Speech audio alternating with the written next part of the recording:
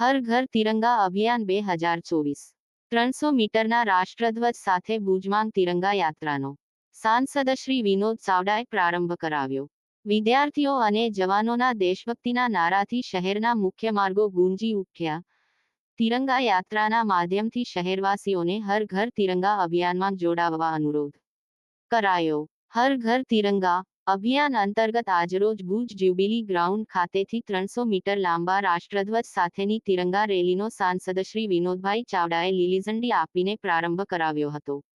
આ રેલીમાં મોટી સંખ્યામાં પોલીસ જવાનો, હોમગાર્ડ જવાનો, શાળાના બાળકો, પરંપરાગત લોક નૃત્ય કલાકારો, અન્ય કલાકારો, પોલીસ બેન્ડ, રમતવીરો, આઇકોનિક વ્યક્તિત્વો, સોશિયલ મીડિયા ઇન્ફ્લુએન્સર, સામાજિક સંસ્થાઓ તથા મોટી સંખ્યામાં નાગરિકો જોડાયા હતા।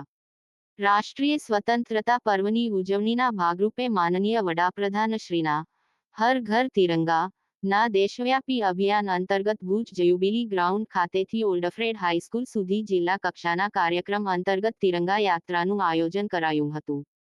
લોકોમાં જાગૃતિ અને રાષ્ટ્રભાવના જાગૃત થાય તે હેતુથી આયોજિત આ રેલીમાં જોડાયેલા રાષ્ટ્રપ્રેમીઓએ ભુજ શહેરના લોકોને વંદે માતરમ, ભારત માતા કી જયના નારાઓ સાથે હર ઘર તિરંગો લહેરાવવા અનુરોધ કર્યો હતો।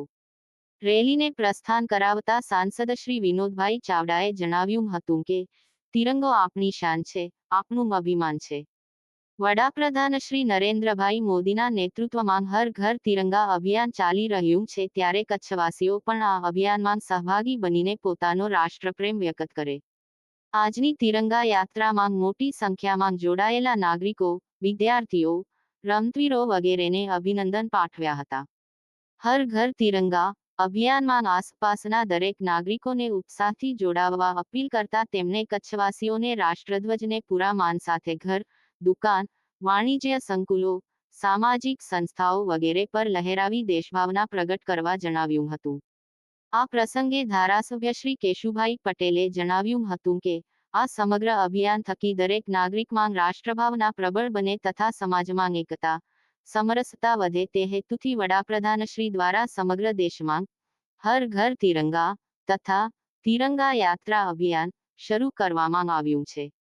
ત્યારે ભારતના નાગરિક તરીકે આપણી પણ ફરજ છે કે આપણા તિરંગાને માન સાથે ગર્વભેર ઘર ઘર સ્થાન આપીએ।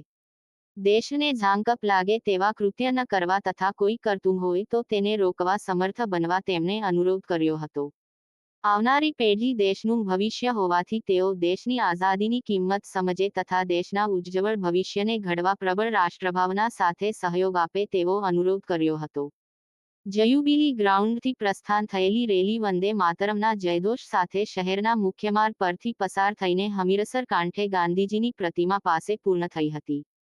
શહેરના મુખ્ય માર્ગો પર હજારો તિરંગા સાથે નીકળેલા છાત્રો, પોલીસ તથા હોમગાર્ડ જવાનો, રાષ્ટ્રપ્રેમી નાગરિકોના દેશભક્તિના નારાઓથી શહેરના રસ્તાઓ ગુંજી ઉઠ્યા હતા।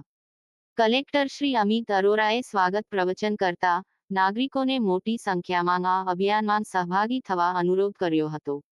આ કાર્યક્રમમાં ધારાસભ્ય શ્રી અનિરુદ્ધભાઈ દવે, વિરેન્દ્રસિંહ જાડેજા, જિલ્લા પંચાયત પ્રમુખ શ્રી જંતસિંહ જાડેજા, ભુજ નગરપતિ Shri Rashmiben Solanki, range IG Shri Chirag Kodiya, S. P Shri Sagar Bagmar, નિવાસી અધિક કલેક્ટર શ્રી મિતેશ પંડ્યા, જિલ્લા વિકાસ અધિકારી શ્રી નિકુંજ પરીખ, ભુજ પ્રાંત અધિકારી શ્રી અનિલ જાદવ, આગેવાન શ્રી દેવરાજભાઈ વરચંદ, જિલ્લા વહીવટીતંત્રના તમામ શીર્ષ અધિકારીશ્રીઓ, કર્મયોગીઓ, સર્વશ્રી પદાધિકારીઓશ્રીઓ, આગેવાનશ્રીઓ અને મોટી સંખ્યામાં દેશપ્રેમી નાગરિકો ઉત્સાહભેર ઉપસ્થિત રહ્યા હતા।